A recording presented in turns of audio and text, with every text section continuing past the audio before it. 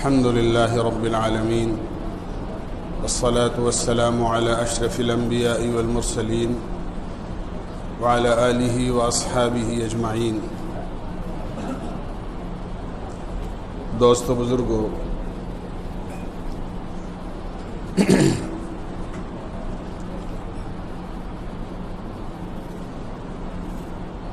زندگی چونکہ ایک آزمائش ہے اور قرآن کریم میں اللہ نے اس کا اعلان فرمایا ہے، الذی خلق الموت والحیات لیبلوکم، کہ موت اور زندگی اس لیے پیدا کی گئی ہے تاکہ تمہیں آزمایا جائے اور تمہارا امتحان لیا جائے. تو اللہ تعالیٰ نے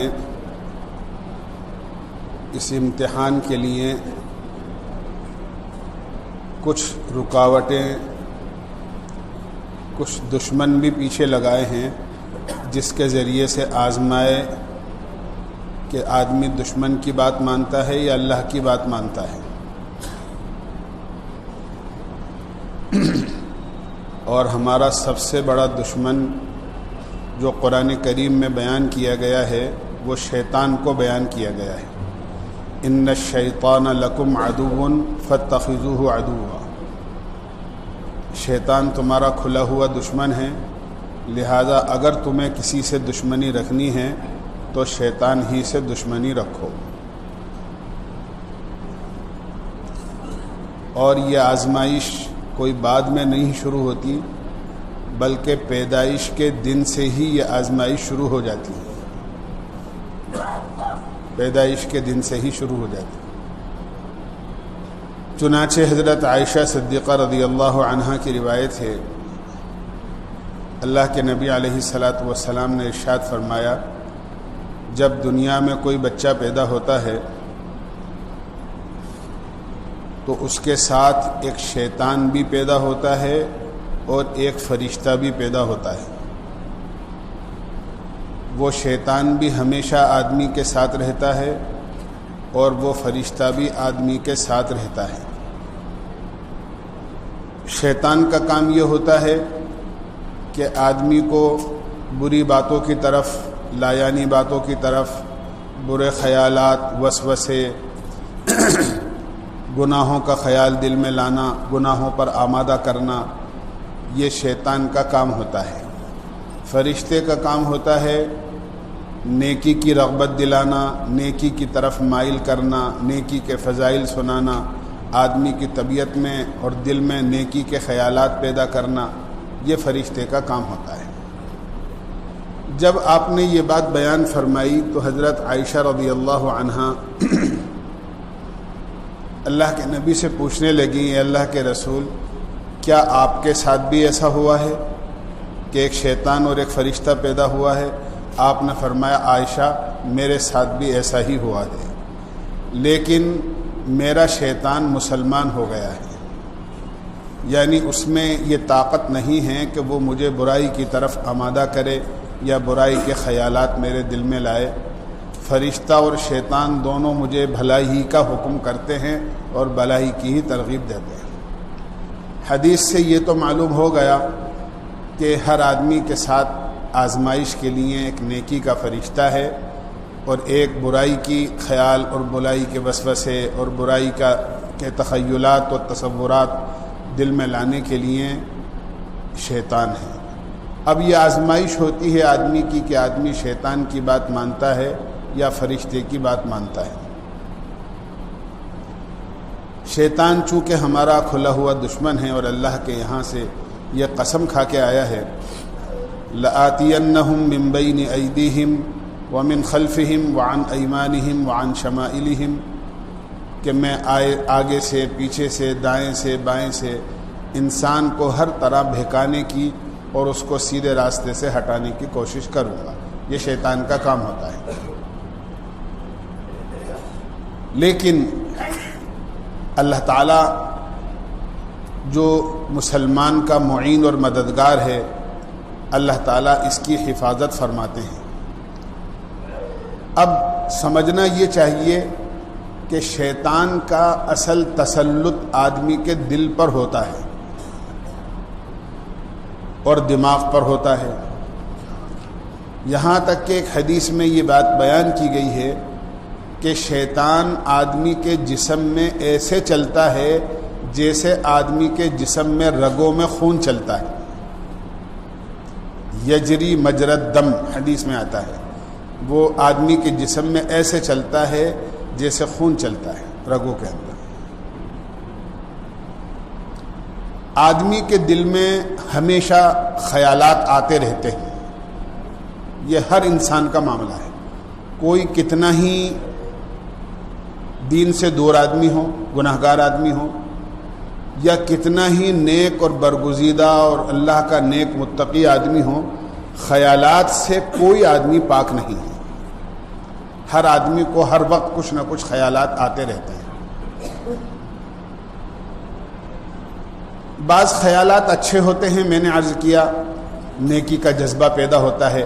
آدمی کے دل میں ایک دم خیال یہ پیدا ہوا کہ اب کیسے وہ ہمارا پڑوسی ہے، وہ رہ گیا اور اس تک کچھ پیسے پہنچانے تھے یا اس تک سامان پہنچانا تھا، بھئی چلو موقع ملتے ہی اس تک سامان پہنچائیں گے، پیسے پہنچائیں گے. آج قرآن کریم میں جو ہے ایک سجدہ آیا تھا، لیکن وہ سجدہ موقع پر نہیں کر سکا اس لیے کہ وقت نہیں تھا. وہ سجدہ مجھے کر رہا ہے. یہ میں نے عرض کر رہا ہوں. اس طرح بہت سارے اچھائی کے خیالات بھی آتے ہیں جو فرشتے کی طرف سے ہوتے ہیں. نیکی کا خیال ہمیشہ یاد رکھنا چاہیے اللہ کا مہمان ہوتا ہے. وہ اللہ کی طرف سے بھیجا ہوا مہمان ہوتا ہے. اگر آپ اپنے گھر میں آئے ہوئے مہمان کی قدردانی کرتے ہیں، اس کا استقبال کرتے ہیں، اس کا اکرام کرتے ہیں، تو مہمان کا دل چاہتا ہے کہ پھر دوبارہ آؤں. لیکن آپ نے مہمان کی بے اکرامی کر دی، ناقدری کر دی، تو اس کا دل نہیں چاہتا پھر آپ کے یہاں دوبارہ آنے کو. یہی چیز نیکی کے خیال کے ساتھ ہے.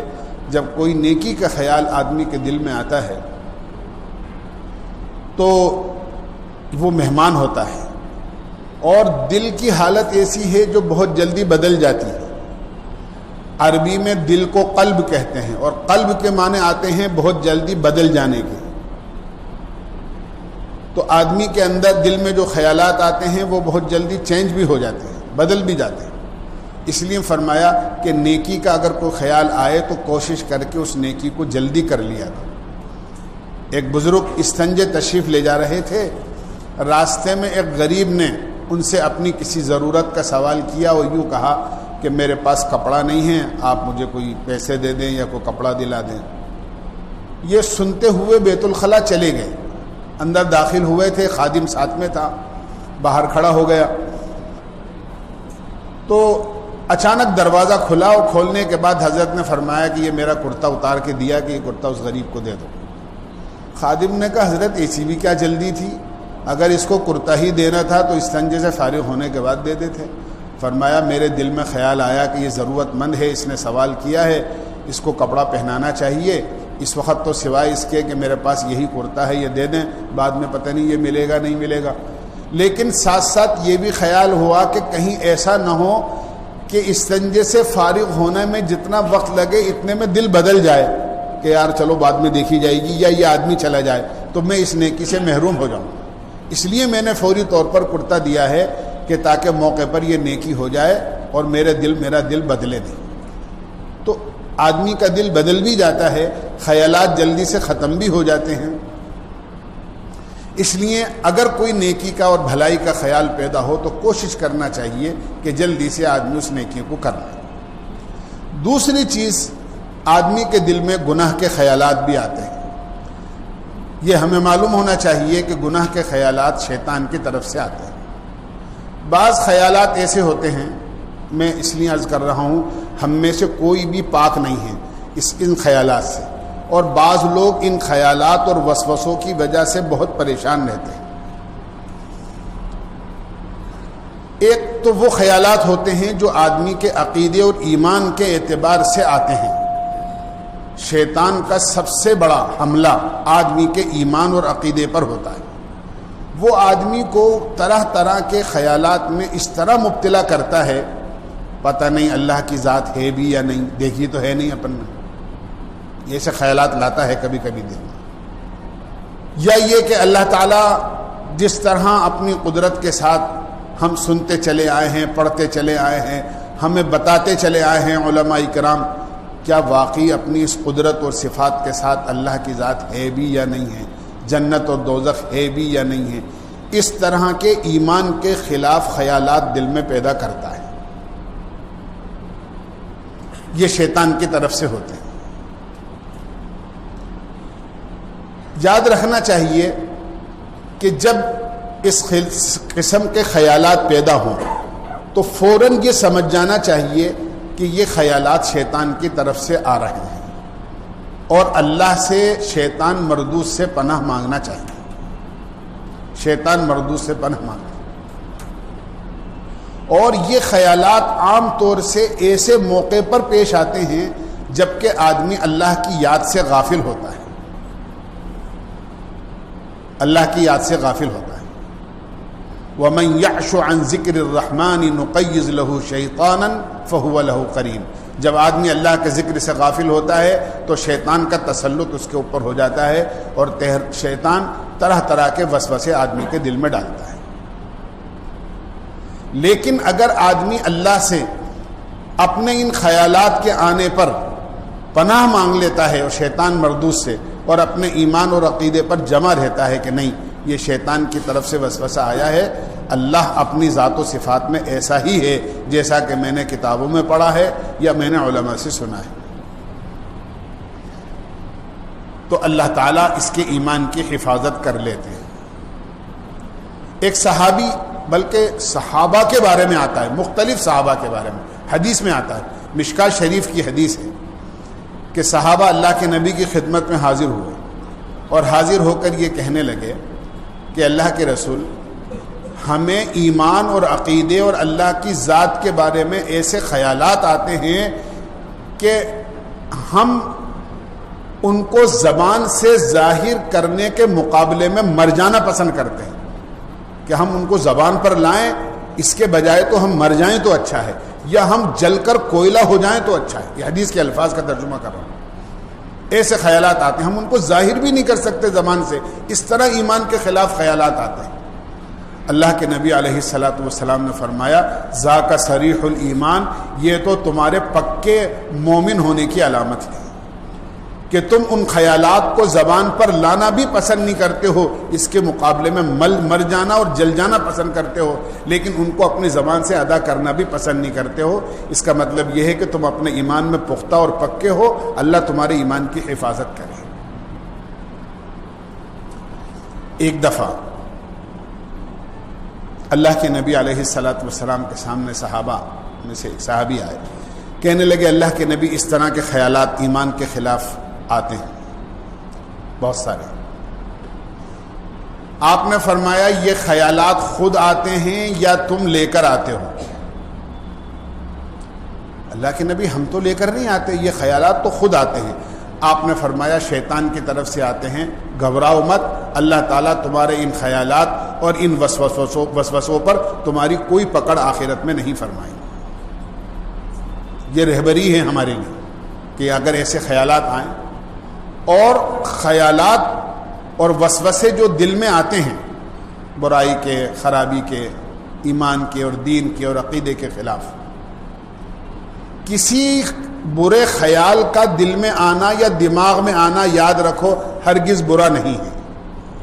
میرے الفاظ سننا، یاد رکھنا، کسی برے خیال کا دل میں آنا کوئی برا نہیں ہے، لانا برا ہے کہ آدمی کسی جان کر کے کسی برے خیال کو لے کر آئے، یہ خطرناک چیز ہے۔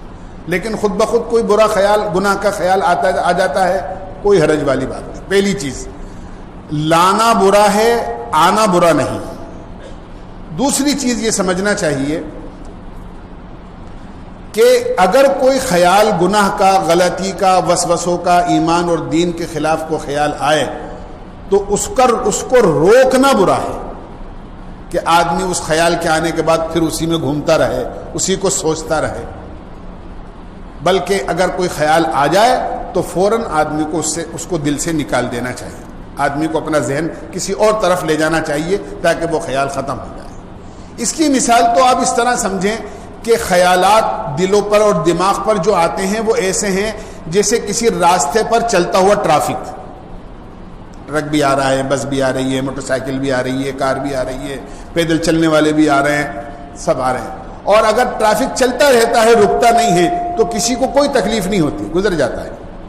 لیکن اگر کوئی بھی گاڑی آگے رک جاتی ہے، کوئی بس رک گئی، کوئی ٹرک رک گیا، تو پیچھے کا سارا ٹریفک جام ہو جاتا ہے اور سب تکلیف میں مبتلا ہو جاتے ہیں. اگر ہم نے کسی بھی خیال کو روک کر رکھ لیا اور اس میں گھومتے رہے تو یاد رکھیے یہی خیالات اور اس میں گھومنا پھر آدمی کو گناہ تک پہنچا دیتا ہے.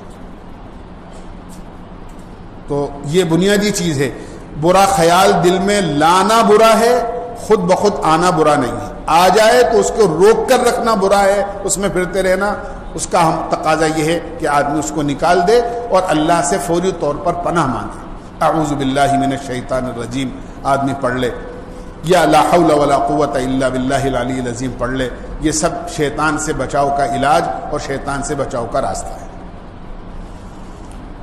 دوسری چیز یہ ہے کہ ایک خیالات وہ ہوتے ہیں وسوسے جو آدمی کو اپنے عمل میں شک پیدا کر دیتے ہیں. یہ وہم، اس کو وہم کہتے ہیں. اور یہ وہم کی بیماری بڑی خطرناک بیماری ہے. ایک آدمی کو یہ وہم ہو گیا کہ میں وضو کر رہا ہوں، 3 دفعہ ہاتھ ہر عضو کو دھو لینا چاہیے، پتہ نہیں کوئی خوش تو نہیں رہ گیا.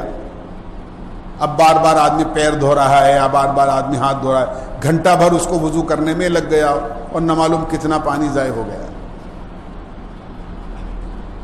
نماز میں خیالات آتے ہیں، پتہ نہیں 1 رکعت ہوئی کہ دوسری رکعت، پتہ نہیں قرآن پڑھا کہ نہیں پڑھا، پتہ نہیں دعا قنوت پڑھی کہ نہیں پڑھی.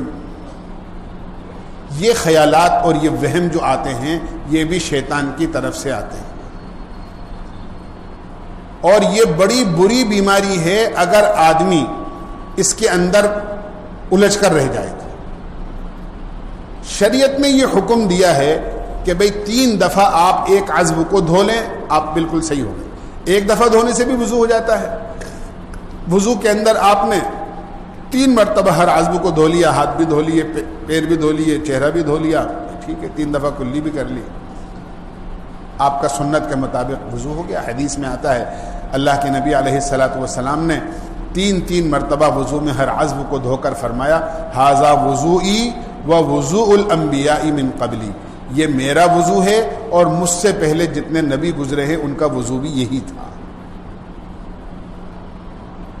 تو اگر یہ شک پیدا کرتا ہے شیطان، پتہ نہیں کوہنی سوکھی تو نہیں رہ گئی ہے، پیر سوکھا تو نہیں رہ گیا. ایک بہت بڑے عالم فرماتے ہیں ایک مرتبہ مجھے شیطان نے اسی وہم میں مبتلا کیا کہ میں وضو کر کے اٹھا تو خیال ہوا کہ وہ کہیں ایسا تو نہیں ہے کہ یہ کوہنی خوش رہ گئی ہے داہنی طرف والی.